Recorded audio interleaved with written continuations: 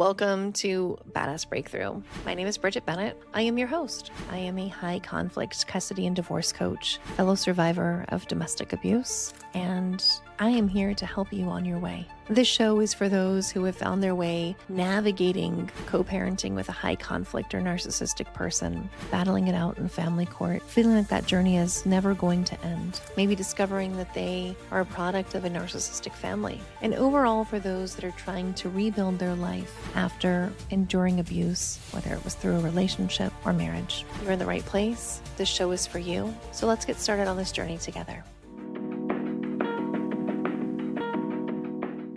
Welcome back, everyone. I am so excited to have you all with me today. I have my dear friend, better known to most of you as SJ, Ladisco Mama.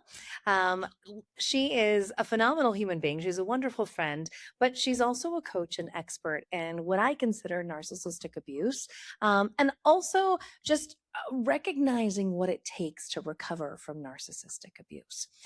SJ, I am so happy that you are here with me today.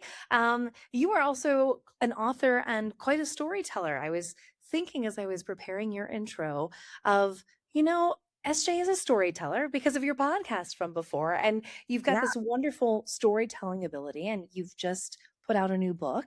yeah. So thank you for being here. Yes, thank you for having me. And I'm just a new author. I literally just released my first book ever this Tuesday. So this is like a very new thing. I'm very excited about it. I'm excited to talk about it. So, Yeah, the timing couldn't have been better. And your book is titled Finding Love After Abuse. yeah, it is. And Huh. I know, and I'm actually it even surprises me, Bridget, that I was even able to write this book because I think, a lot of survivors, once they go through this kind of trauma, they just are saying they say things, and I've said things like this too, like, "I'm never, ever dating again." Right? How I, many I times remember we've had some conversations yeah, about. like, "Screw that. I'm good on my own. I'm not doing that." Like, why would I open the door to potentially allow someone to maybe rob me of my peace that I worked so hard to create? Yes, yes. What do you think inspired you? Is there something that inspired you or a person that's inspired you to kind of like go on this journey to, seek love or a relationship after abuse? So what was the thing for you? Yeah. So I think it's kind of a multifactorial thing. I saw other content creators and friends that I've met in the TikTok community along the way that started getting engaged, and I was just kind of like, "Oh wow, like that's nice." And you as well. Like I saw all of my friends were starting to pick up the pieces and able to like move forward. And I had this epiphany one day. Like I do a lot of thinking. I'm a very reflective, mindful person. I'm sure you know. We've Yes, talked. yes. I think a lot, too much sometimes. And I was having this epiphany about like, why not me? Like, am I going to be the old lady with I like dogs. So I was like, am I gonna be the old lady with a bunch of dogs? I already started collecting dogs. I had 3 at that point. I was like, what's happening? And I really started to think about, it would be nice to maybe give it a shot. And I had this crazy idea one day that I was going to start doing online dating, which, holy crap. I'm just going to say this right now to anyone that's listening that is doing online dating. Online dating is a dumpster fire. Okay. I'm just going to say that. It is a pool of a lot of the people that we talk about that have high narcissism. It's like a candy store for them. So you have to be very discerning when you start putting yourself out there. No kidding. I think I always go back to what a self-aware narcissist has said. He's an author. I'm sure you're familiar with him, H.G. Tudor. And H.G. Tudor describes like social media. I look at online dating spaces also a form of like social media, right? Oh, But they look at this as their playground. And it's easy for them to get supply. It's also very easy, if we think about it, for them to mirror behaviors, oh yes.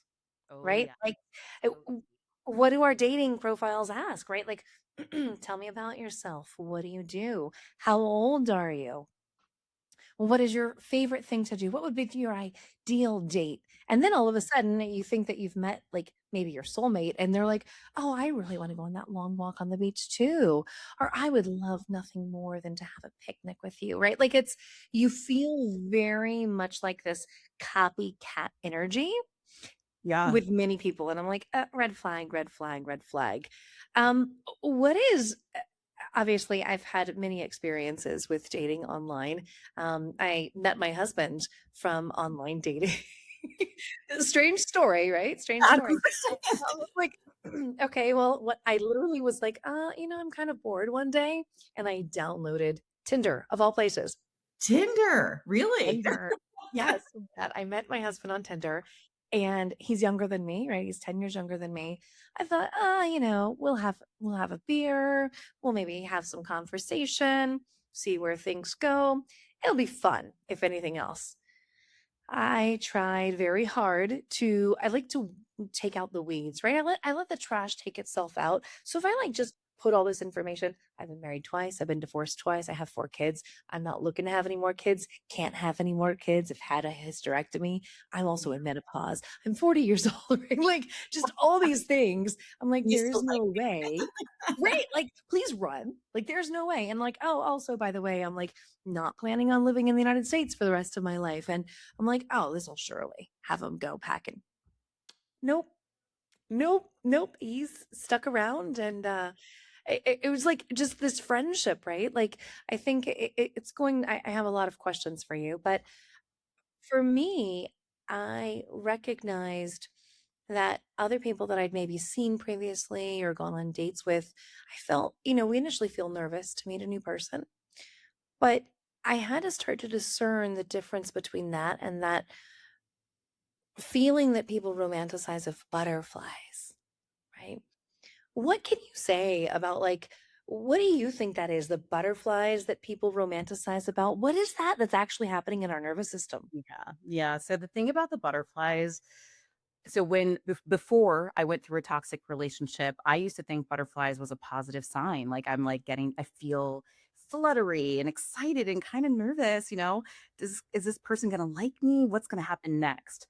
But Mhm. now, right, post going through abuse, I actually, and I've heard this from other sources as well, that the butterflies is actually your nervous system activated, right? So you have to really learn the difference in your body, and this is, it's not a perfect process. Like sometimes you miss what your body is telling you, and I'm a firm believer that your nervous system and your body knows first before your mind and all the psychology that you have going on can catch up.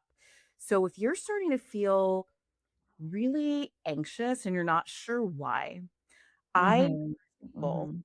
to pause and ask, am I anxious because this is like the first time I'm meeting this person and I'm just like a nervous introverted type of person, or do I feel anxious around them all the time, right? And so you may not know from that initial date, but I want people that, like, when they go on a date, like, be honest with themselves and reflect on the date. Just don't go off of like the newness, like really reflect and say, how did my body feel? What were things that were said? How did those things that were said make me feel? Because if you start to see, like, I didn't really like when that person asked me my body count, right? I had someone ask me that and I almost flipped a shit. I was like, what the fuck? I was like, what kind of question is that? What are you going to do with that information? Right? Had I gone, I wanted to leave that date, right? This was very early on in the dating process. I wanted to leave that date. I almost cussed him out, right? He got me into a fear and a pissed response. That was information that I should have gotten up and left that date right then and there. Obviously, I came to the conclusion later, like that guy was crazy. He would, like, anyone that's asking you your body count, don't be talking to them. That's useless information. It's actually very judgmental. But your body, the point is, your body is going to signal things to you. So when you start to feel those butterflies, ask yourself, what is it that is prompting those feelings? And really try to be honest with yourself if you want to keep feeling those feelings with that person. Is it worth it? Because sometimes it's an internal alert system that's built in. That's interesting. You said something as we were starting to talk about this topic, and I want to like kind of hone in on it for a second because you said, "I hope they like me." right? When you first meet somebody, the I hope they like me. And I live that way, I think, the majority of my life, hoping that friends would like me, that the general public would like me, that a potential new partner would like me, that my exes would like me, right? And I did this kind of deep dive with my therapist at one point, and the conversation we had was, do you like them? Yes. Do you like them for who they are, what they bring to the table, not of a potential that we think that they could have or what they could be, but do you like them for who they are right now? Yeah. And that's more important than actually whether or not they like you, because who gives a fuck if they like you or not, right? There's thousands and thousands of people we're going to meet in our lifetime. I mean, there's billions of people in the world, right? So we're going to find somebody that's going to like us and we're going to click. And if we don't like that person, well, there's a reason for it. Listen to that. And forget of whether or not like they like us. I think that kind of stems from, for me, like some of my codependency, right? And growing up in a narcissistic family, wanting everybody to like me, to, be admired, validated by my dad, and just, pleasing them. And I think that's where some of those feelings come from. Oh, absolutely. Absolutely. And I think, Bridget, I think this is a really good segue to talk about a certain point. And it's, you mentioned like, I'm doing these things because of my childhood. When you start dating and putting yourself out there after abuse, you are going to learn so much about your inner child, about relationships that and like the dynamics and of your past that are bringing you to the dynamics of that, obviously that relationship that you got out of, but then also through dating. Like there were, I can't tell you, and in my book I talk a lot about this, like all these realizations I had about things like limerence, right? Limerence, if no one's ever heard that term before, it's sometimes you get overly excited when you meet someone and you create these fantasies, right? There's a lot of fantasy creation. And children who come from narcissistic households create a lot of fantasy because where the affection doesn't really exist, they fill in the gaps and create these fantasy stories of the love story they wish they had. And this was something that I did in the relationship with the narcissist. I Wow. stayed because I wasn't really living in reality. I was living in fantasy land of what I thought it would become one day. I would envision our wedding and all these things, but those things weren't real. Those things that I was creating in my head because that emotional availability was lacking, so I kind of filled it in. So I think it's really important, like, what you're saying about the realizations about previous relationships, that is something just for those that want to date again, you're gonna have to address some of the wounds that you might have because it's one thing healing from the narcissistic abusive relationship and understanding, like, what happened and how to get yourself to a place where you like yourself again and you feel confident again, you rebuild your life. But the other piece that you need to heal relationally, and that's what my book is about. You can't heal your connection to other people if you don't try to connect to other people again. So this is like that next step of healing. Yeah. You said something of like, I'm not going to cry. I don't cry, but you hit this spot for me, this sweet spot of like when we're like in survival mode in a narcissistic system, right? Whether it's an intimate relationship or a family system, we create these fantasies. For me, going back to my childhood, it was like this moment just clicked for me of like, shit, I was doing it to survive. I would come home from school at the end of a long day of school and I'd have literally a long list. I felt like I was Cinderella, and my stepmother gave me this long list of chores to complete. And sometimes she would just like go and do her thing, and I would be responsible for making sure that they were all done perfectly well before she came back home, right? If they weren't, there would be consequences. And so I would work on these chores and I would create this story in my mind of like, okay, I'm married, I have all these kids, I'm just trying to hurry to get this done for my husband. But even then, right? Like I was creating like this Disney princess fantasy almost of like some man is going to come and rescue me. because Hmm. that's what I thought. And Smart. then I was like, oh, but if I just do these things, and I created this story in my head, I also created like games for myself. I would compete against myself in order to survive my day. I'm like, okay, I can do this for 20 minutes. And if I do this for 20 minutes, and then I can do this, and then I can go on to the next thing. But I did that to survive the abuse that I was living through as a child. And I knew things were always bad, but it wasn't until my second divorce that I really focused on the family system that I grew up in. And doing that work is hard. It's hard to look back and be like, all right, there is a common factor in these relationships. I also was a part of these relationships. Why did I fall in to this pattern, right? Yeah. Why did I accept this as being normal and okay for some period of time and then I didn't, right? And you in the book, you talk about finding love after abuse. And everybody, when we hear the word love, we assume that it's, you know, romantic love. Mhm. Do you think that it's more than just that and it's also like maybe self-love? What can you say about the word love in general? Yeah, yeah. So love is a big word, right? And I think it's thrown around very loosely in this day and age, right? Sometimes when people are like, I'm in love, they're just enmeshed, they're infatuated, there's lust. And when I talk about love, what I'm in the book, it's mostly focused around romantic relationships, but this can really apply to any connection to another human being, right? It could be with family members, a friends, a coworker, whomever. What I'm really talking about is it's not like love is not a one-sided thing, okay? And when you're in a relationship with a narcissist who is a taker, they take, take, take, take, take, take, take, and they don't replenish you, right? So you're pouring out your cup and they're never filling it back in. So when I talk about love, I'm talking about the dynamic that's two-sided, okay? It's mutual. I think the word mutual is the best way to describe it. I'm talking about mutual interest, right? You both have to, when we talk about, do they like me? It's not just a matter if they like you. Do you like them? Do you like each other, right? Do you guys have an equal interest in each other that's real?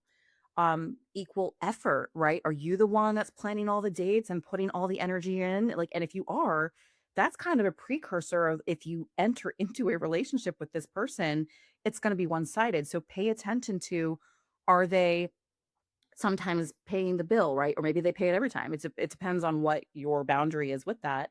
Are they making an effort to see you? Are they making an effort to come to you to make your life easier? Mutual effort, right? It has to work both ways.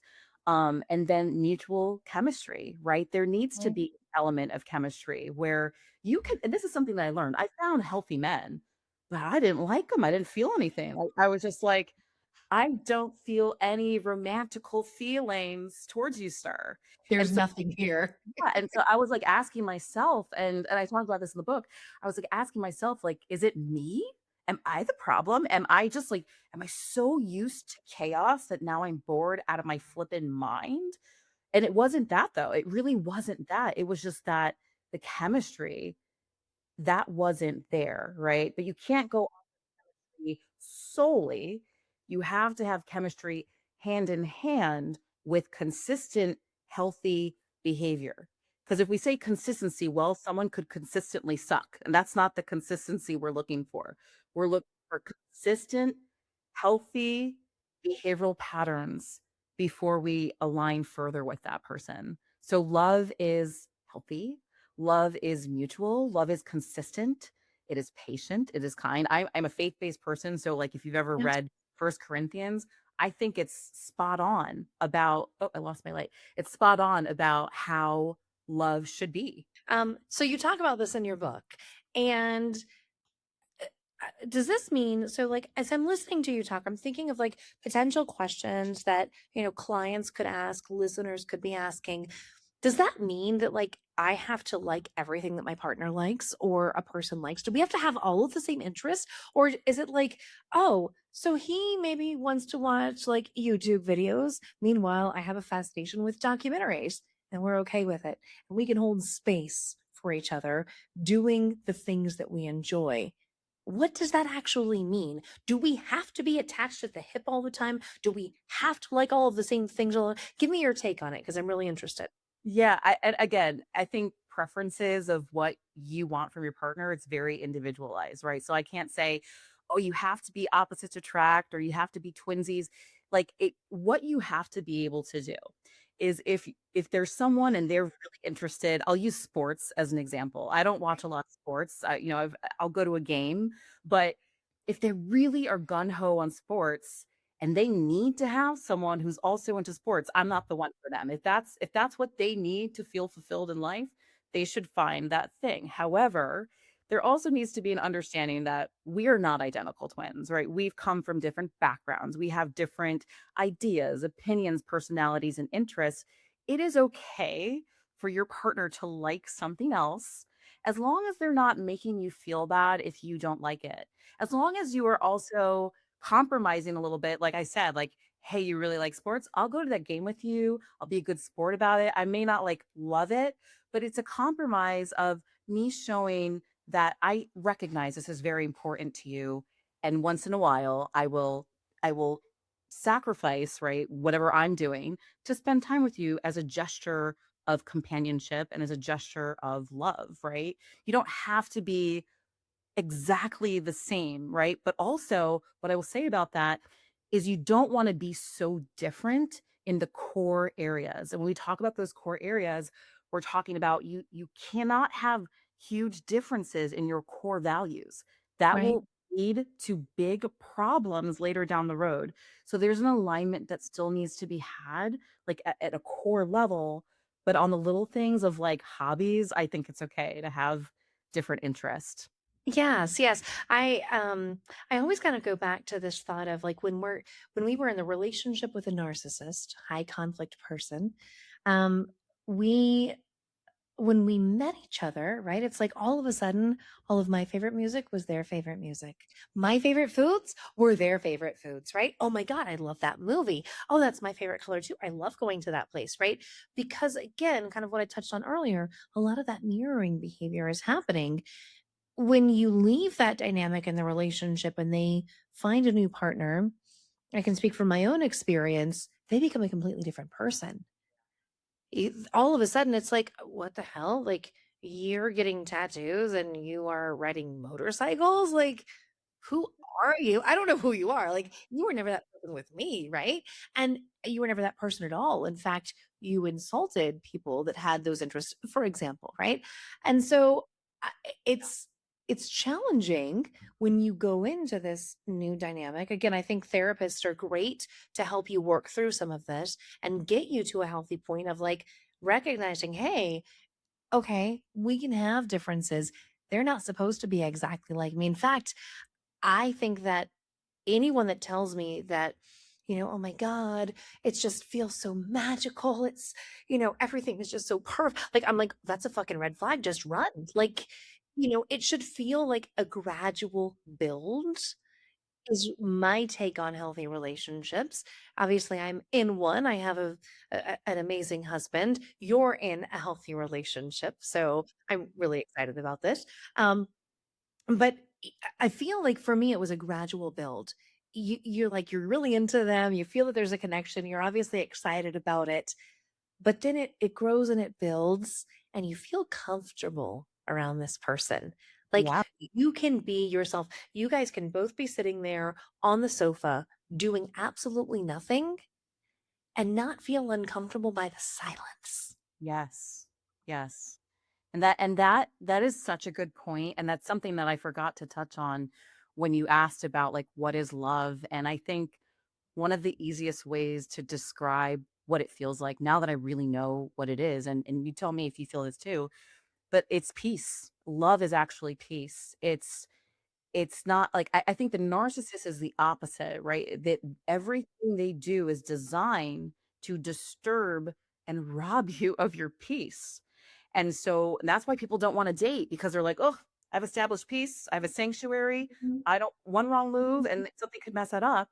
But when you can find peace with another person where like you said, you can sit with them on a Friday night, you can Netflix and chill, Yeah. like, you be yourself. You could just take all the makeup off, crazy hair, be yourself and not feel judged, right? You don't This is the thing with narcissists, and I think this is something that we were touching on in our childhood where we're like, do they like me? We feel like we have to perform.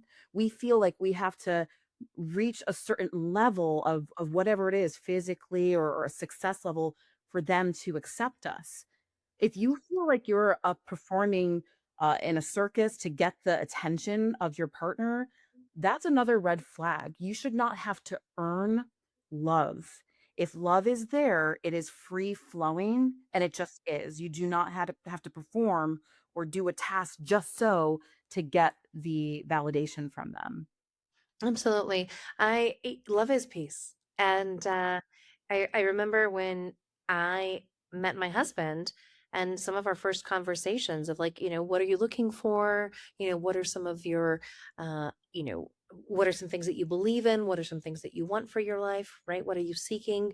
And he said for me, I want more than anything else, I just want peace. I want peace. I want peace of mind. I want to be in peace. I want to know that everything's okay and that, and obviously trust, right? So, like, trust, I think, is earned and we show our partner trust every single day.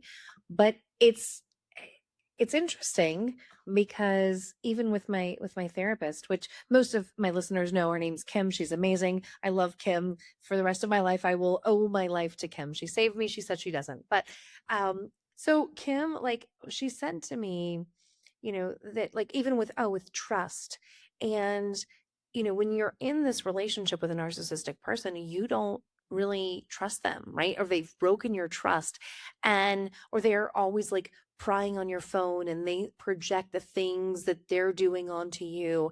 And so getting out of that, I recognized years ago, right after my divorce, I'm like, I never want to look at another motherfucker's phone ever again in my life. I never want to have that feeling of like, I need to go through their phone and do something. Right now, everybody has a different philosophy, right? I have my husband's passcode on his phone. If I ever need to get into it, I can. He has mine. But we don't do that, right? We don't have shared social media. We don't even share bank accounts. Yep. But that's the thing that I decided to do for me. And that was like my boundary. I never wanted to be financially bound by another human being again or to give them that opportunity to have financial control over me ever again. And it's something that my husband's respected, right? Like I Oh, obviously have been married since October. I haven't changed my name. I have no plans of changing my name. And I made it very clear, like, hey, if we're getting married, like, I hope you know I'm not taking your last names. Like, cool. I like your name, yeah. right? Not, yeah. Like, can the person that you're meeting and you're getting to know, can they respect the boundaries that you're putting in? Are they starting to give you pushback? Are they questioning your boundaries, which then makes you question your boundaries and sometimes even our own sanity? For me, that's a big no. That's a big red flag. It's a big no. You respect what I say. End of story. There is no questioning it, right? Exactly. Right? Exactly. What are green flags that survivors of narcissistic abuse tend to overlook when we start to get into some of these relationships after, the abusive one that I think kind of leads us down this path of safe feels boring at first. I was just gonna say that. I was like, that's been my experience. I'm like, um, Kim, why does this feel so boring? Like I'm bored. I'm bored of this relationship. I don't know what's wrong. She gave me an analogy of I was no longer on the roller coaster ride, and so there was no ups and downs. I was no longer a doctor in the ER with fires to put out and all these emergencies to handle. And so my body and my nervous system was trying to readjust. What are green flags and why do we feel like safety is fucking boring at Yeah. first? And this is, I do talk about this in my book. It's, I talk about reestablishing self-trust first of all, so that you can, if you don't trust yourself and they've damaged your trust with yourself because you're like, how could this have happened? How could I have allowed this to happen? You don't trust yourself anymore. So that's kind of step one. But the other thing, when it comes to the green flags, you're not used to healthy love. Like, and that there's a whole part in the book that's about All right, let's say you find it. Let's say you're lucky and you find a good one, right? Green flag after green flag after green flag. You can still not relax. You are still on edge, just waiting for a shoe to drop. And this was something where when I finally met my current partner, I was just like, wow, it's just green flag after green flag after green flag. Something's up. This is sus. Like I started thinking like, when's the shoe gonna drop? Because your nervous system for how many years? Your childhood in that relationship has been designed to um, withstand what I call emotional unpredictability. Okay. So when you are constantly with people that are emotionally unpredictable, you're almost always on edge. There's like a baseline anxiety. And when you don't feel that anxiety, right, when it goes away, that's the green flag. When we're talking about what is your body doing when you're near a person? Well, if it's not feeling anxious, it's a foreign feeling. You're like, where's the Yes. anxiety? I'm not used to this. I feel so calm.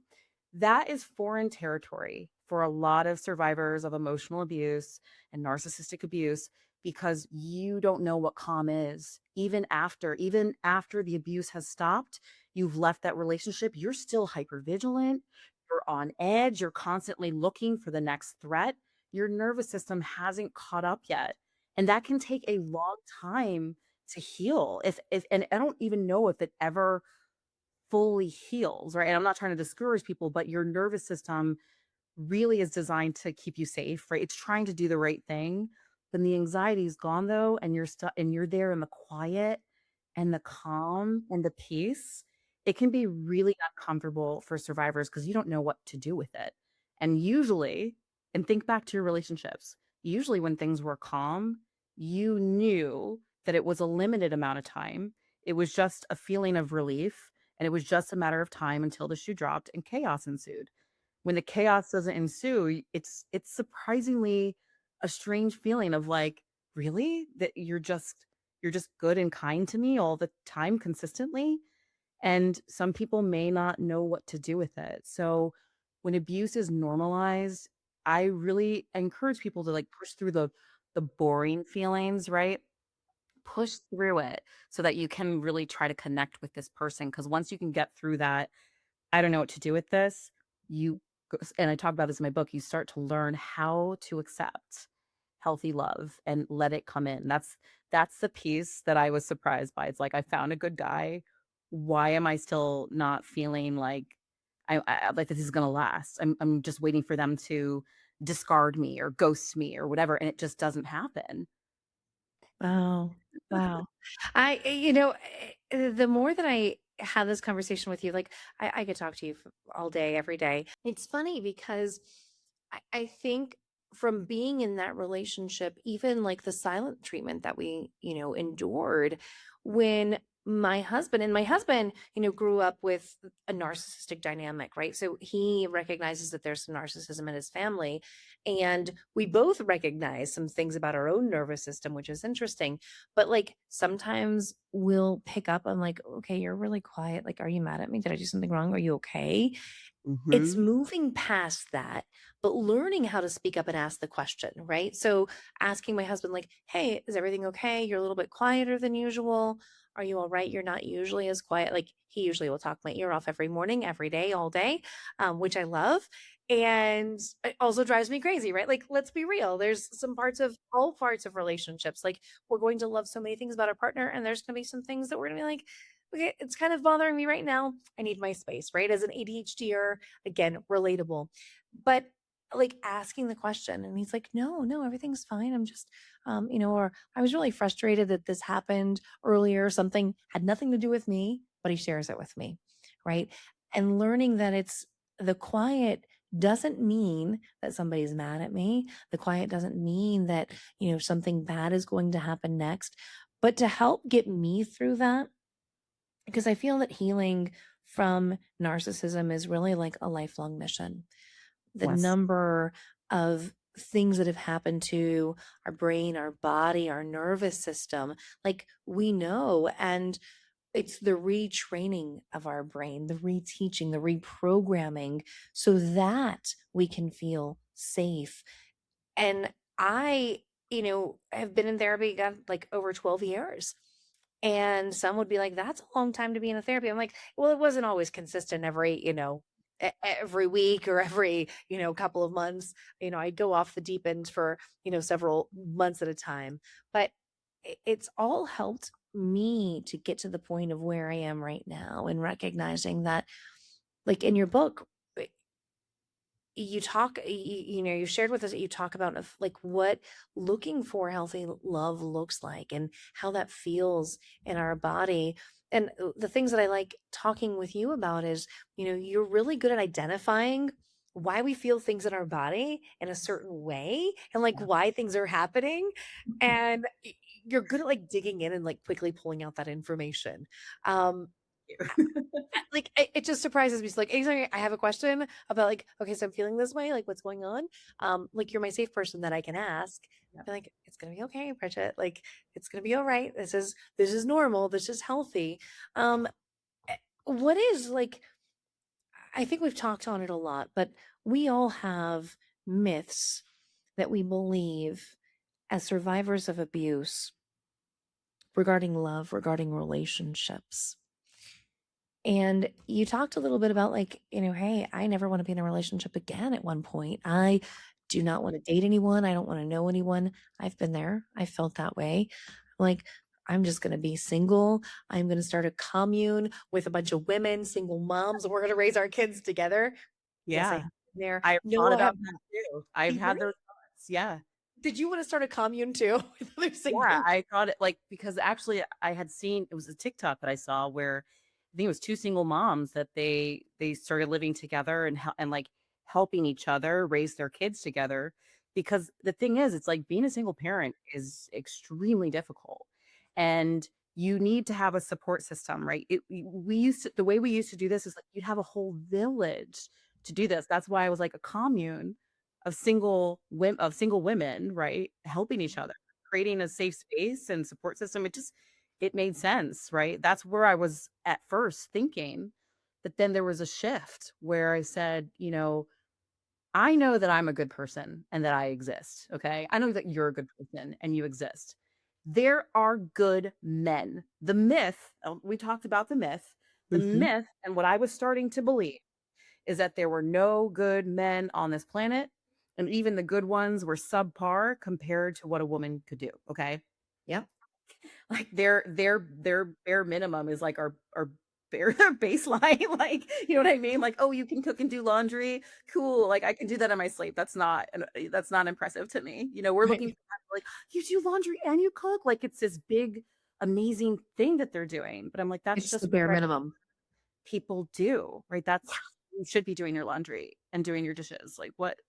Yeah, you So should be cooking for yourself, right? yeah, Like, yes, mhm, but mhm. that's the bit that I started to believe. And I understand why women are very upset with men. I get it because the ones that are harmful create so much harm.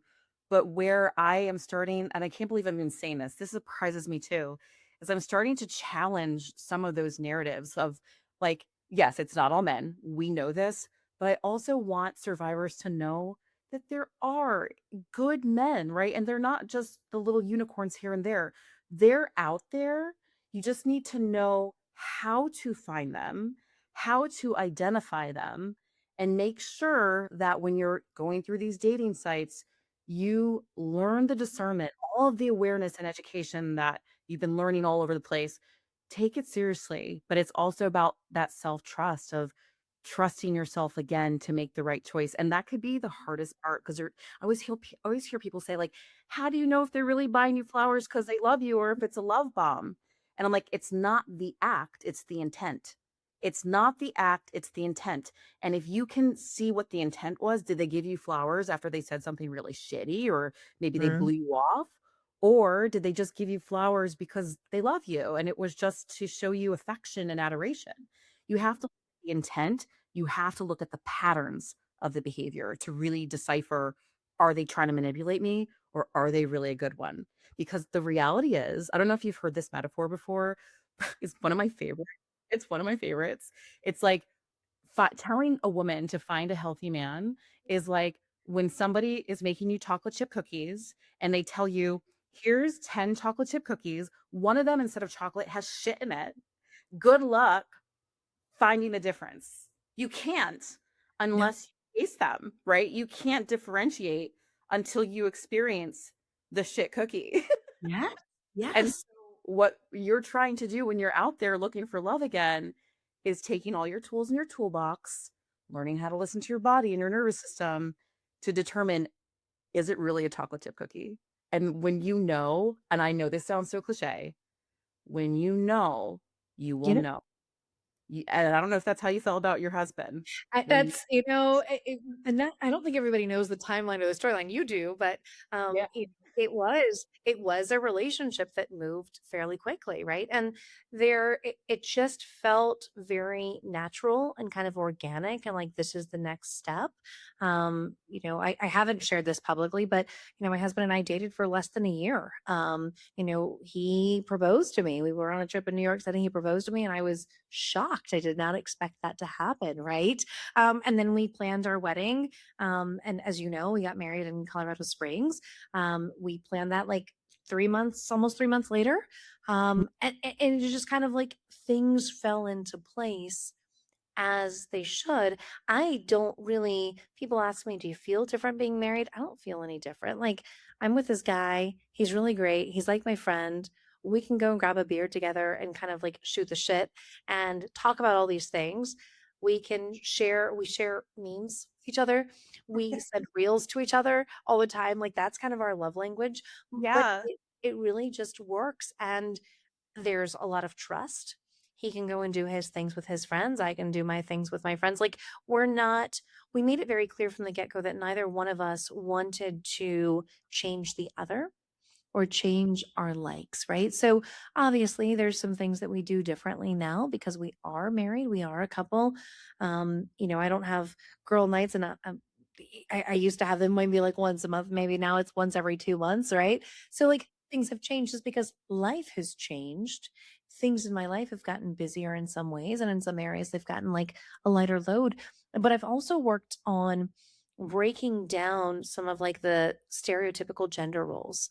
I think gender roles have very much been like a societal thing, Yes. right? We're conditioned as women to believe that men should be the provider. They should be, the financial breadwinner and all of that. And I don't believe that. I believe that a relationship and marriage is about equity. I think that both people bring things in and both people bring things to the table. And it's like, okay, what is the amount that you bring? What is the amount that I bring? All right, let's make it work, right? And a relationship, for how fast my relationship, I guess, moved, I really wasn't thinking of it at the time. And I'm like telling my husband last week, we were having a conversation. I was like, God, honey, did we like do anything for us like dating or being in a relationship for a year? Because we met that like 1 year mark after we're married. He's like, I think we went out to dinner and we like did something like that. For us is not a big deal, right? It's like the more celebratory thing of like, oh wow, we've been married. We did something for when we were celebrating 6 months of being married. I was like, oh wow, we've made it 6 months. Shit, 6 months? That went by really fast. Like, you just weren't even thinking about it, right? Yeah. Yeah. And, it's like the little things that my husband does. It's not necessarily flowers, but he'll buy me a scented candle. He knows that I love scented candles, or buy me some incense and bring that home. Making food. I can, leave the office, go home, and there's a meal warm and ready for me. Or, hey, I thought we could go out tonight and go get some food. And like, let's take the kids, let's do this, right? It's like just this, it helps to ease the load, the mental load that is, single moms, we've been used to carrying and doing it all. But for Yes. someone to kind of help take the burden off, I've had a lot of fucking first dates, a lot of them before, my husband. And I talked to you about this. I'm like, oh God, I've had a lot of first dates, not as many second dates, but that's okay Yeah. because I learned something about myself or for myself each time that I was meeting people. And didn't want to get into like endless chatting. That's just me, my preference. I'm like, let's meet. When are you available? Like, you want to grab some coffee? I can do tomorrow afternoon. Does that work for you? And like, just jumping to it, not giving too much information about myself, just enough, right? To see if there's like any kind of connection and then meet up. Did you kind of quickly meet each other? Did you talk about some things first? I know everybody's process is different. I'm just curious as to, what were things that were helpful for you, for the listeners, and, they can be like, oh, okay, I'm going to try that now. So yeah, so I would say so the whole process, let's talk about that. So like the whole process took 2 years, okay? So when we talk about the timeline, if you're going into dating, you don't just say, "Okay, I'm gonna start dating, and then by week 2, I'm gonna find the love of my life." Like, that's not how the shit works, okay? You cannot go in saying, like, "You're my husband," and I had people that I talked to that were basically like, "I'm looking for a wife." And I'm like, Oh, I've "Whoa, had that. whoa." And you can know that and hear that that's your end goal, that you wanna be a married person by the end, you wanna have a family. You can know that, but if that's your card you're throwing down, like, that's too intense too fast. What you were saying is actually what I recommend is, like, you start to build a friendship with this person, right? Where there's not all this pressure, because when there's pressure, guess what also can be there with the pressure? Manipulation. Narcissistic people love to use pressure tactics to get you to that next date. I remember one of the first guys that I dated, he asked me to be his girlfriend on the second date. And I fawned because again, you realize things about yourself, right? You don't just wait, say you're ready to date and you have no trauma responses ever again. That's not how this works. You still have to work through trauma. I happened to fawn and I knew that it was fast, but I was like so afraid. I was like, I gotta snag this one, right? He seems nice enough. That's kind of where my mind was when I first started dating. And I said yes, and then after I got home, I was like, "What the hell? I don't wanna be in a relationship," and then so, we it didn't work out. Like, I was just like, "I gotta get out of here."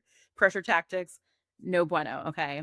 So I dated several different men, and they were okay. Some of them were, like, Nightmare City, but it just wasn't feeling like that organic, like, that authenticity wasn't there, that it just wasn't working out. So I was actually about to throw in the towel. Like, I had hit a point, like, I had one guy that I was kinda liking, I was having a lot of limerence with. That's when I learned about limerence, and it didn't work out, and I was sad about it, and I was like, "Why am I sad? I barely even know this guy. What the hell is going on?" And I'm like, "I'm done. I'm done. I'm back. I'm taking a break." And then it's strange, but there's, like, this intuition, call it God, whatever. I felt this feeling. I was like, "Don't give up." And I just like, I "What?" remember our conversation around this. Like, I'm like, "Don't give up yet." And it was like this little voice. I'm like, "Okay." So I open my app and I look in my queue, and there he is, this really handsome man, okay? And I'm gonna tell you he right is, now, he is handsome, he's yes. he's a bodybuilder, you guys. Like, I didn't ask for all of that, okay? I was just looking for a healthy man. I didn't know that a Spartan was gonna fall into my lap, and I was just like, "Mama likes." But look, Mama does like. Um, but there, it was actually really funny because I almost swiped left on him, right? I almost rejected him because I had built these ideas and narratives of what my criteria for a guy was for me to swipe right or for me to swipe left. And I'll tell you, 99% of the time, I would swipe left. I think I'm like a bullshit detector now, and I will say a lot of them is just I could see the bullshit in their profiles, but okay, so why did I almost swipe left? Please tell me. I had this rule that if a guy had a picture where they were showing their abs or they didn't have a shirt on, that to me, it was a little bit haughty. Like, even if they had an amazing bod, like, great for them, that's cool, but I didn't want them to showcase that because they're not just showcasing that to me, they're showcasing it to all the women, and it's just like, "Look what I got." Like, "Don't you want a piece of this?" Like, I thought it was kind of like, you're kinda full of yourself if you're doing that, okay? Yeah. His first picture wasn't the one where his shirt wasn't totally off, but, like, because he's a bodybuilder, he doesn't just have a six-pack. He has, like, a 24-pack. I see muscles on him that I didn't even know were real. I was like, "Where will that come from?" And so I Can saw we this share a picture with all the I'm listeners? gonna show you a picture, like, kinda lifting his shirt, showing his 24-pack, And I was just like, I don't know about that. My rule is no shirt, no swipe. But something again, that voice was like, do it. Give him a chance. See what he's like. Don't judge a book by its cover. Right. So I was like, okay. So I swiped right on the 24 pack. I am so glad that I did because he's just like, he's the nicest guy. Like, he doesn't put pressure on me to look a certain way. Cause I always had this stigma about bodybuilders that they also needed you to be a bodybuilder. But that's not it. Right. This is the difference of like, do we need to be exactly the same? No, you don't. If they really like you for who you are and like you don't need to be like them for them. Again, you don't need to earn it from them. It's just they see you. When you're with the right person, they see you for who you are. You do not need to change yourself. So that was that was kind of my story of like how I ended up selecting my current partner. And there was one thing you had mentioned about mirroring, and I wanted to talk about that a little bit because Yes, please. I think one of the things when it comes to mirroring, not narcissists are not the only people that mirror behavior. Like sometimes there's people with neurodivergence that they may mirror behavior. Um, when you were describing you needed to do things to survive, like I definitely would adjust my personality to maintain peace, right? Like, and it wasn't like it's not like mask wearing. It's just basically like adapting to certain situations to stay safe, okay?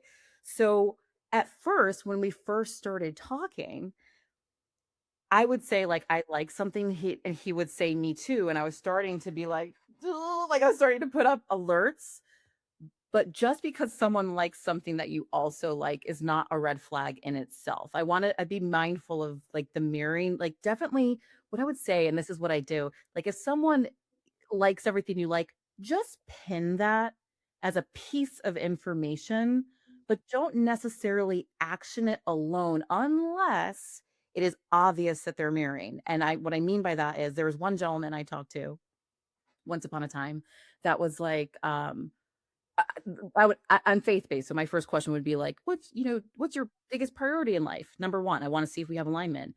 And if they didn't say their faith, because that was my number one priority, right? Being faith based, then they're out the window, right? So I would have people say, "Oh yeah, I'm a Christian, I'm faith-based." And I'd be like, "Oh yeah, so like are you active in the church? Do you like what do you do to practice?" They're like, "Oh, I don't really practice. I just think it's a personal thing." And I'm like, "Do you go to church?" They're like, no, not really." Like, what kind of Christian are you?" And they're like, "What kind of Christian are you?" They would fish for me to answer it first.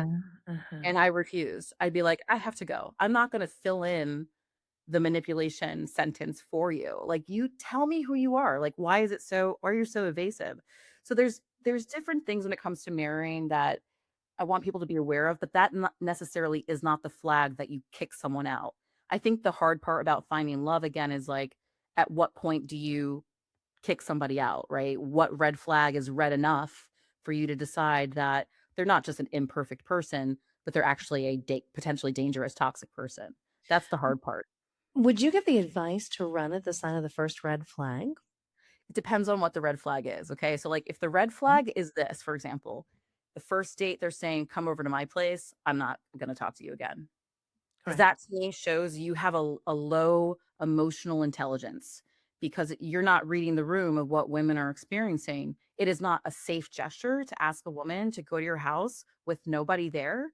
Like, we're not trying to get unalived, you know what I'm saying? So that to me, if they're asking things like that, that is a red flag. That is red enough to not entertain them again. But if it's something like the mirroring I was saying, if I say, "I like soccer," and they're like, "I like soccer too." I wouldn't kick them out of the docket yet. I would still give them an opportunity to show me who they are. And that's the thing you need. When you're dating, and this is so cheesy, so don't make fun of me. I When you won't. when you're dating, I want you to change the word to say you are data collecting, okay? It's not Data dating, it's data. collecting. You're collecting data. I like You it. are basically interviewing the person that you want to be your person. And so you need to know who they are and they need to know who you are. You're not going to get all the data points you need from date one again, unless it's like a glaring, obvious, like all my exes are crazy or I've been in jail, like an obvious one that's like, oh, gotta go. Hear what they say after anything of like Yeah. all of my exes are crazy. From Yep. there, we're Yeah, done. that We're to me, done. that's one that I would, if that's on first date, if you're even talking about your exes in a negative light, even if it's true, Yeah. I I don't talk about my history. I That's something that I kinda slip in later comfortably, like, "Hey, by the way, I have this ex that has some problems going on." But it's not something that I start the date with where they're starting with a sob story. They're starting with something that you need to rescue them from. They're starting with all of their woes. Like, if they're doing that and it's like a therapy session, pause and really ask yourself, do I wanna deal with all of that? Are they looking for someone to fix them? Are they looking for that savior? Because they love themselves a savior. They Often love do. one that's gonna do all the work, and it's not that you're sitting at the table, right? When you're in a toxic relationship, you're not sitting together at a table. The narcissist is sitting at the table, and you're the cook, you're the server, and you're basically everything, and you're not even sitting at the table with them in communion. Like, it's literally just them taking, taking, taking. So that's something to consider as well. Yeah, it's it's funny to me as we like have these little scenarios and these metaphors and I'm like, shit, I was everything. I was like the cook. I was the personal maid, the personal assistant, like all the things that I did. And, looking back in hindsight, I thought that people would love me if I was able to fix them or help them. And so what did little Bridget do? I would go around the fucking world with my box of band-aids and I would go and apply band-aids to everyone and everything, thinking that by doing so, people are really gonna like me and see that I'm good and Yeah, I'm good. I'm a good person and I want them to love me and like me for me. And it was again because of therapy and I'm a big fan of EMDR therapy. It helped get me to this next stage. But it really that's what trajected me into this place of like self love, not needing to fix others, having boundaries, recognizing healthy versus unhealthy behavior. And, you know, something I've learned like from dating for so long because I was, divorced for about 8 years was like, you're going to meet a lot of different people and it's okay. And you might get hurt. You might get hurt. They might break your heart. They might cheat on you. They might lie. They might all of a sudden start abusing you. well, No one is immune to this. I'm not immune to it. You're not immune to it. For as much knowledge and information as we have, right, we can be more mindful of it. And I think really tuning into our body, how our body's responding, how our body's reacting is, despite all of the knowledge, that is the guide. Your body is telling that's you, like you've said, right? Listen to your gut. Your intuition and your gut knows better than anything else. Your gut tells you something before up here, the brain can catch up to what's really happening to us. It's able to process it faster because the nervous system remembers, right? And it's like, oh, that's why I was feeling this way.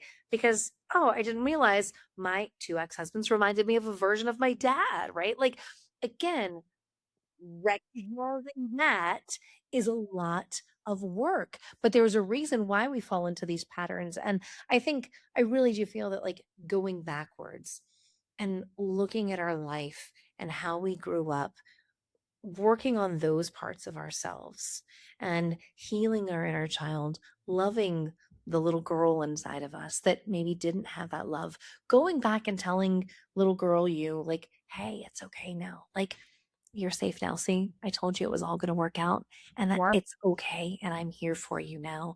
It's really validating to do that. I've done it through like meditation practice and just visualization of me visualizing going back to a scary scene. Again, you learn these things in EMDR, right? you said.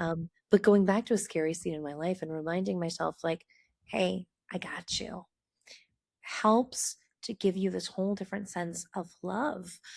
When we have narcissistic, psychopathic exes, because mine's really much psycho, we're gonna call them psychopath.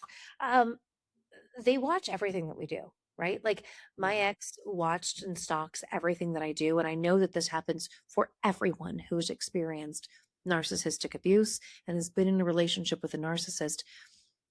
Is there advice that you could give to our listeners that helps them kind of get into the dating world if they're afraid of being watched all the time? Yeah, and this is a very, very common thing that happens, when you leave a toxic person, they lose access to you, and so this behavior of monitoring or stalking or surveillance is their way, it's their weird, bizarre way of keeping a connection to you, and it's not like the connection where they, like, love you and they want you back, it's like an obsession. They feel like an ownership where you're and it's sad, but you're no different than a pair of shoes. You are a property that belongs to them. You are something that they need. It's an impulsive thing to control you, okay? So you have to understand like that is why they're doing it. I'm a very big on like understanding the why. So Yes. I need to understand why are they doing this? Because if I can detach from the emotions that come with that type of behavior. And I understand it can be really stressful. It can be very uncomfortable and unsettling knowing that someone is watching your every move, especially as you start to move on and find a new relationship because they don't like that. You're not supposed to move on. You're not supposed to heal and be happy and do better. You're supposed to be crushed without me. You're supposed to be defeated and drained, right? That's where they wanted you in the relationship and otherwise. So I've learned that you need to be mindful of how much of your personal life you put on display because when you do that, they'll try to sabotage your new relationship. They may even reach out to your new partner. They may say smear campaign against you, right? And you have to be really strong and ultimately at the end of the day, whoever you partner up with also needs to be very strong because if you're public enemy number 1, guess what? Your partner is going to become public enemy number 2 and they're going to be most likely triangulated into the triangle of drama. So you kind of you don't want to tell people on day 1 like I'm an abuse survivor. Like I would not recommend that on day 1, especially if the person's a narcissist. They're going to be like, "Oh yes, this one I can manipulate." You keep that to yourself until you build trust with your partner over time, right? Consistent, healthy patterns of behavior.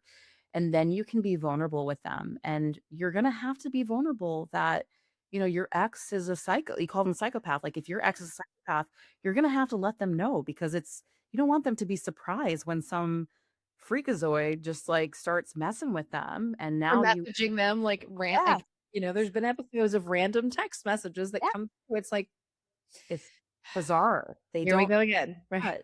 Yeah, narcissists don't move on and they really try to prevent you from doing so. So it is going to take a very strong relationship, right? With trust and understanding that is part of your reality, unfortunately, that these people don't just let you go. They continuously look back and try to rope you in to the drama cycle that they create when Yeah. you are just, married, living your best life, happy, they will still try to mess with you, and it could be years later.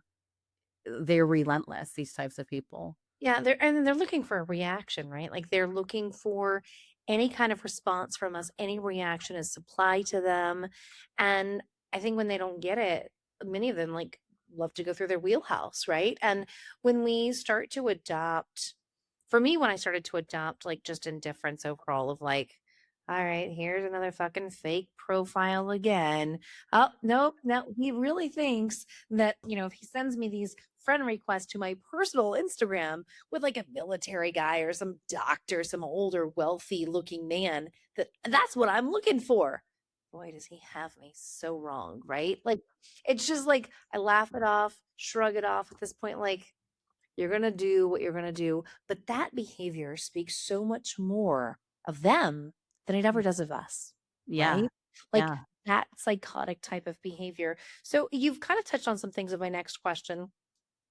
And like how we can protect ourselves when we start dating. So, obviously, not going into a date saying, "Hey, I'm a survivor of domestic abuse, narcissistic abuse. How's it going? My name's Bridget," right? Like, let's not do that, folks. What are like two other solid things that you would advise women to do going into the dating world that can kind of like protect themselves? There's a lot of things to protect yourself, right? But and you're going to hear this everywhere, but boundaries, okay? And it sounds so fluffy like boundaries. What does that even mean? I actually encourage, and obviously be safe about it. I encourage like a micro test of a small boundary to gauge how someone responds before you get too invested in them. And what I mean by that is like um let's say they want to take you that they're saying, "I'm going to take you on a date to Six Flags. Okay, we're going to go on roller coasters." Let's say you're afraid of roller coasters. That trauma in you, you might want to be people pleaser and be like, "I'll just stick it out and do the roller coaster." No, don't do that. Tell them and say, "You know what? Roller coasters isn't really my thing. Let's do something else." See how they react. Do they say, "Oh my gosh, you're so difficult. Oh my gosh, just forget it. Like, why are you trying to control the situation?" If they have an explosive reaction to a micro test, a micro boundary, that is a big enough, like, that's a big red flag. You need someone that you can have emotional safety with, right? Because you cannot have emotional safety with a toxic or narcissistic person. So, how do you determine if a person is emotionally safe? You have to give them opportunities to show you who they are by saying no sometimes, right? Like if you say yes every time, narcissist is going to love you all the time. If you say yes, yes, yes, yes, yes, you have to say no. And that's one thing that they can do to deem if someone is safe or not. If they can handle your no, then they can move, they can go collect $200 and pass go. But they're not going anywhere. They're gonna stay right where they are. Yeah. So, all right. So, takeaways. We're not going into dates saying that we're abuse survivors. Definitely not. We're going to set some micro boundaries Yeah. and see how they handle it, right? Their reaction to the boundary is going to be all the information that we know because we are data collecting. We're not just dating, we're data collecting. And say no. Say Yeah. no to something. Yeah. Say no. That is, I think yes and no are a full sentence, right? Absolutely Yes there. is a full sentence. No, complete full sentence. Nothing more is needed. Yeah. Can you say no and not provide an explanation and see what happens? Right. And Right? it's easier said than done. And even, even people like you and I, they're coaches that have been doing domestic violence awareness for years. Like you said, we're not immune to it either. We still have our own nervous system that's working through healing. It's so nice to hear these things, but in practice, it's a lot harder to manage. And so the other advice that I would give women that are trying to date again is if you make a mistake, let's say you go on 3 dates and you determine they're an asshole. Maybe you go on 20 dates and you determine they're an asshole. Yeah. Give yourself some grace because you're just trying to figure it out. You're trying to navigate it. No one gets this perfect. And every time, like you said, you meet a lot of different people. You're going to learn a lot about yourself. That like this book is like all the things that I just remember like writing all these different realizations about myself that I feel like would resonate with other people. If I was feeling this way, I know for sure that other survivors must be feeling this way. And it's really just finding like some of that validation that this is a really hard thing to do. Finding love after abuse is not an easy venture. And that's why I wrote this book because there's not a lot of material on it. There's a ton, like a shit ton of material on the awareness part of the why does a narcissist do that? What's this manipulation tactic? But there's not a lot of guidance of the aftermath piece of like, okay, somebody's really jacked your shit up. What now? How do you repair? How do you move forward? How do you love again? Because the saddest thing to me, Bridget, is narcissists cause so much harm. But one of the most diabolical things that they do, and most harmful thing that really makes me sad, is that they break and damage someone's ability to relate and connect to other humans. And that is so messed up because we as humans are built on connection. We're social creatures by design. We seek companionship for them to make it that everybody's scary now and you don't know if it's a chocolate chip cookie with chocolate or shit. Like it's just it's really, really difficult to manage. And the one thing that I wanna say that I forgot to highlight before, when you're with the right person, right? When you really know you're with the right person, and let me know if you felt this, Okay. and it's shocking because you don't feel this as a survivor often. Life actually feels easier. Like when you're with the right person in a true partnership where all the mutual stuff is happening, there's a give and a take and a give and a take, and both people are at the table together serving each other. That's if you can have 2 people come together and serve each other and actually love each other, that is the end game. That's the goal, is finding that. I remember and I'll tell you a quick story. I Yes. remember I really like gardening, okay? It's one of my favorite things. I'm a nurturing person. So, I went to the garden shop with my boyfriend, and normally as a single parent, you're getting the cart, you're lugging it around, you're putting the dirt there, you're putting the soil. It's hard work. Didn't even have to ask. He just got the cart and was like, "What do you want, babe?" I would point that flower, with all his muscles and stuff, he would put it in like, he would put it in the cart, he'd get the soil, put it in the cart, and he would, like, put it in the car, and I didn't even ask him to do anything, and I was just like, "Wow, that was really easy."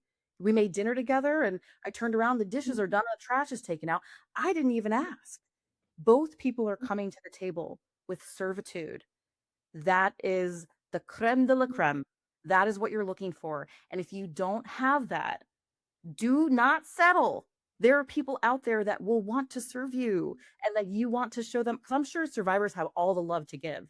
That's why they stayed as long as they did, because if they would just keep loving, love enough, do it better, they'll see me for who I am and all the love I have to give, but they don't see you. They don't see you. A true healthy partner sees you. They hear you. They understand you. They cherish you, and it's mutual. I cannot agree more. It's the reciprocity, right? It's the you feel like you have a real partner, like a teammate. You Yeah. feel that things are like we're doing similar tasks to reach the same goal. We are, I might be chopping up something, you're chopping up something else. We're making the meal together, right? Yeah. It's the doing things together. One of my favorite things to do with my husband is to cook together. We love to cook together. And I feel that like food brings people together, but we also just have little conversations, might have a glass of wine while we're cooking. And it just feels like, I'm sitting with you in the kitchen and we're cooking or talking, like genuinely feels like a friend. There's no judgment, there's no hatred, there's just understanding. And obviously, right? Like in any relationship, there's going to be moments where you have difficult conversations, right? Like nothing is ever completely easy, right? But even the difficult conversations that I've had, my husband has never raised his voice at me. He's never yelled at me. He's never called me a name. He's never done anything to make me question myself or who I am. He's never made me cry. And, difficult conversations I think are hard for anyone who has experienced narcissism, Yep. because again, you're waiting for that person to attack you, to Yes. come at you with something, but it's possible. And I also think that healing, because it is this like lifelong journey, can there be two people that are healing together on their own separate journey? I fully wholeheartedly believe that. Yes. I also believe in a healthy relationship that we are two individuals on our own journey in life, and we join together and hold hands at some points during those journeys. But Yep. we should remain on our own path and our own journey to do the things that we want for us, right? Like that's true autonomy. Yeah. And a good partner, a healthy partner, is not going to take that away from you, right? Right. Right. I'm so excited for our listeners to get hands on your book because, first of all, I love you. I love all of your insight. Love Um, you. you helped me tremendously in my own journey of finding love after abuse. And, your friendship and guidance really helped me get to this happy point in my life. So thank you. So welcome. Where can you find your book, SJ? Please tell us. So it's on Amazon, you can get it there, and It's available now for purchase. So if you're interested, check it out. Okay, share the link with me. I'm going to share the link with our audience so that they can get it. So if Yes. you're listening to this episode, if you're watching this episode, check the show notes. The link will be there. I will also share all the ways that you can find SJ. She is known as La Disco Mama. That's how I started initially calling her. I think I used to be called a sassy badass back in the day. So, La Disco Mama on social media, on Instagram. Are you on Instagram? I know you're on TikTok for sure. Yeah, I'm on Instagram. I'm mostly active on TikTok, but I do have an Okay. Instagram as well. And on TikTok, we get a little bit of an inside scoop and seeing some of your love story as it, is like develop just little snippets here and there and just Yeah. your thoughts, which I think is so beautiful and just reassuring to the community of, women who have experienced narcissistic abuse. So thank you for Yeah. sharing that and providing us all with so much hope. Yeah, and that's exactly it, Bridget. I call it hope core. I think that, we share so much about the harm that sometimes you need to see those success stories that, hey, healing is a lifelong mission, absolutely. But with all the healing, with all the knowledge and all the education, that's only a sliver of the mission in front of you. It's really seeing, that, hey, if La Disco Mama can do it, and I've had followers that have seen me, since the beginning, since like 6 years ago when I started making content, that have seen the evolution of healing alongside with me, right? So Yes. they're like, if you can do it, I've had people come to the comments, they're like, you're giving me hope, sis. Like, I think I'm going to start dating. And I want people to move forward. I don't want you to just get stuck in the narcissist does that. Like, do I still do that educational content? Absolutely. Of But course. don't get stuck there. Don't ruminate in the why they do it. You got to start looking inward of like, okay, this is about me. It's not about them anymore. Even if they still are looking, let them look. Haters Yeah. gonna hate. Go live your best life. Find yourself a good man or woman, depending on what you want in life, and do it. Just do it, and you'll live a happy life. Yes, absolutely. I love you so much. Thank you for talking with me today. Yeah. I appreciate you. Me too. And I will make sure that everyone gets copies of your book. I cannot say enough about it. My copy is coming very soon, and I'm really excited to have it. So I will say from my own personal experience and just my own interactions with you of how helpful and how knowledgeable you are in this area. So get a copy of Finding Love After Abuse, written by Sarah Robles. You will find her full name as the author of this book. You can find it on Amazon. And thank you for being on. I hope to have you on again soon so we can talk about more things narcissistic abuse, surviving, all of the things. So thank you. Thank you so much, Bridget. You're welcome. Bye. If today's episode resonated with you, make sure you share it with someone who needs it. You can find me on all platforms as Coach Bridget B or at my website, breakingbadasscoaching.com. If you are ready to work more with me in a session, check out some of my guides, learn how to master your documentation, or join my exclusive community, you can do that through the link that'll be in the show notes. I want you to remember, you have survived this far. You've made it through this episode, and you continue to show up. You're going to continue to survive, and I will see you in the next episode.